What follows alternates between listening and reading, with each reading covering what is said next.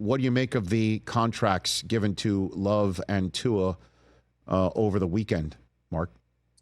Yeah, I mean, as you know, the prices continues to escalate, and I think both those guys played exceptionally well. I don't know that anybody played better than Jordan Love in the last 5 or 6 games of the year. So, listen, I'm a believer it's better to sign them early than try to sign them late.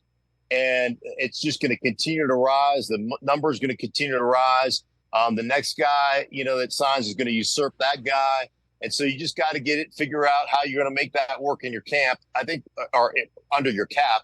I think one of the things people need to understand is that the cap is, completely, you're able to manipulate it. You're able to control that by re-signing guys and redoing their contracts and all that kind of stuff. So ultimately, I think it's the right decision. I think Jordan Love was incredible toward the last part of the season last year. And obviously Tua was exceptional as well. So if you don't have one, you have no chance at winning in the National Football League. So when you get one, you got to pay the guy. See, the list that we had up, if you wouldn't mind, Mr. Hoskins, putting it up one more time. The top 5 paid annual quarterbacks. You got Burrow, Trevor Lawrence, Love, Tua, Goff, and then the 3 after them are Herbert, Lamar, Jackson, and Jalen Hurts. Which one out of the 8 would you put your marker on to say they're winning the Super Bowl first? Wow. Based upon the team that plays around the guy, I would probably go Jared Goff. And I know it's probably an unpopular pick, but Jared Goff is a top 10 quarterback in the league. That guy makes throws.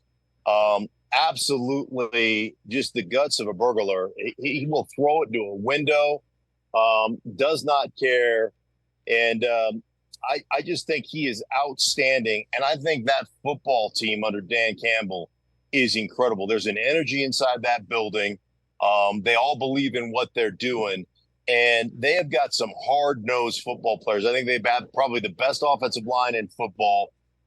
They've got a great play caller in Ben Johnson. Amon-Ra St. Brown sets the tone. They just have a really good football team, and they address some of their defensive deficiencies this year.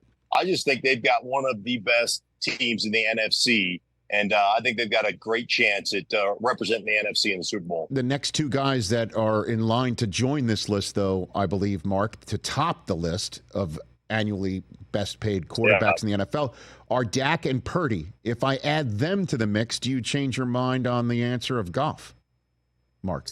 I probably not with Dak. And I really like Dak, but it's more about the Cowboys and their infrastructure and the way they're set up.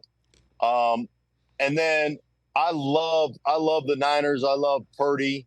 But boy, I tell you what, the last 2 times they've been in the Super Bowl, they've had those games won, and there have been some questionable decisions by Kyle, been some questionable execution. I know one thing. As an offensive lineman, when you're tasked with blocking 95, Chris Jones, you don't bust that protection. That guy, 95 on line of scrimmage, we got to block that guy. I know that.